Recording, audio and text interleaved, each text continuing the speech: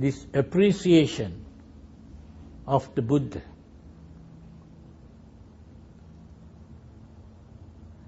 Just as a person who falls in love might start giving gifts to that person,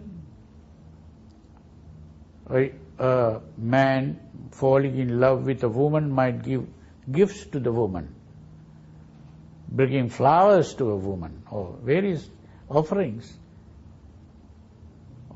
And that's a way of expressing the appreciation, how you regard something as of great value. So this is the important starting point in reaching that good state or the state of perfection. And so this is, first step is to understand the problem and the need for being good, and then to direct your attention to that as your goal in life. It's a reorientation. And once you have turned your mind towards that goal, then the next step is the right speech, the right action, and the right life. It's not only solitary acts performed sometimes, occasionally, but it becomes your life. Your whole life becomes a way of behaving well. And your effort, constant effort in terms of thinking is to think only good thoughts and to avoid the bad thoughts. And as you keep on doing that, then your attention is focused on your mind all the time. That is the introversion of attention. And as you keep on doing that, your mind gets purified gradually. And as your mind gets purified and you become free of all these bad emotions, your mind calms down, becomes tranquil.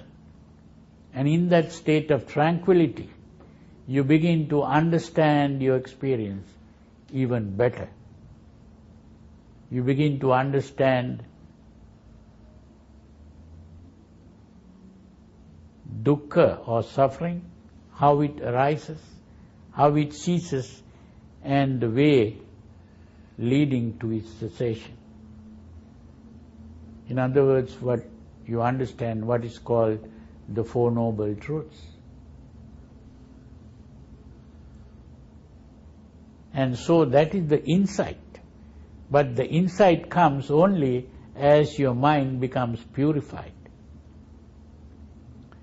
And as your mind becomes purified, your mind becomes calm and tranquil. It is that tranquil mind that becomes free even of that feeling of self.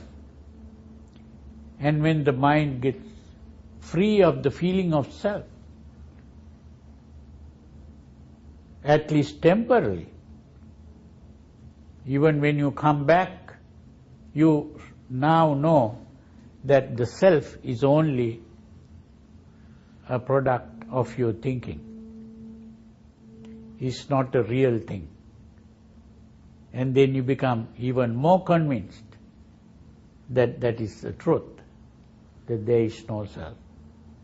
And this way, that whole Sakkaya Ditthi or the self-image gradually begins to disappear.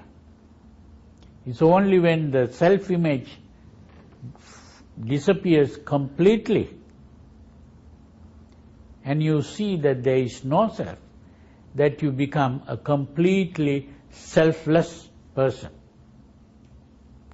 And that is the state of perfection.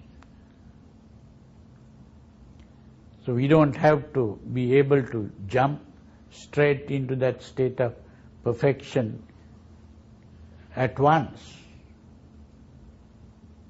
instantaneously, but it's a gradual process, and that is the way to become good, and that is the goodness that we can put into practice.